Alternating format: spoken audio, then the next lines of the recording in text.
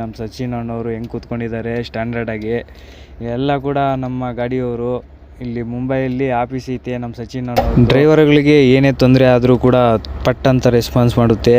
ಲೋಡಿಂದೆಲ್ಲ ಸಪ್ರೇಟಾಗಿ ಇಡ್ರಿ, ಯಾಕಂದರೆ ಲೋಡ್ ಇರುತ್ತೆ ನಾಳೆ ಇರಲ್ಲ, ಅದೆಲ್ಲ ಬಿಡ್ರಿ. ಏನೇ ತೊಂದರೆ ಆದರೂ ಕೂಡ ಪಟ್ ಅಂತ ರೆಸ್ಪಾನ್ಸ್ ಮಾಡಿ ಅದಕ್ಕೇನಾದರೂ ಒಂದು ಸೊಲ್ಯೂಷನ್ನ ಕೊಡುತ್ತೆ. ಮತ್ತು ಆಫೀಸಲ್ಲೆಲ್ಲ ಕೂಡ ಮಲಗೋಕ್ಕೆ ಕಾಫಿ ಮಿಷಿನ್ನು ಎಲ್ಲ ತಂದಿಟ್ಟಿದ್ದಾರೆ. ಕುಡಿಯೋಕ್ಕೆ ನೀರು ನೋಡಿರಿ ಎಷ್ಟು ಒಂದು 50-60 ಸಾವಿರದ ಮಿಷಿನ್ ಅನ್ಸುತ್ತೆ. ಅದೆಲ್ಲ ಆದಮೇಲೆ ಅಲ್ಲಿಂದ ನಾವೆಲ್ಲ ಲೋಡ್ ಮಾಡಿಕೊಂಡು ಸೀದಾ ನಾವು ಕೇರಳ ಹೋಟ್ಲ್ ಹತ್ರ ಬಂದು ಒಂಚೂರು ಶೇಪ್ ಎಲ್ಲ ತೊಳಿಬೇಕಿತ್ತು.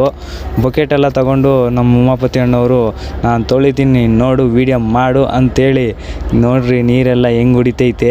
ನಮ್ಮ ಪಕ್ಕದಲ್ಲಿರೋ ಯಾತ್ರಾಸ್ ಗಾಡಿ ಮತ್ತು ಆಂಜನೇಯ ಎರಡು ನೋಡ್ರಿ ಈಗ ಸ್ನಾನ ಮಾಡ್ತಾ ಇದ್ದಾರೆ. ನಮ್ಮ ಮುರುಗಣ್ಣ ಗಾಡಿ ಓಡಿಸ್ಕೊಂಬಂದಿದ್ದು, ಅದು ಇನ್ನೊಂದು ಗಾಡಿ ಅವರು ಫ್ರೆಂಡು ಆ ಗಾಡಿ ಓನರ್ಗೆ ಕೊಟ್ಟು ಕಳಿಸಿದ್ರು.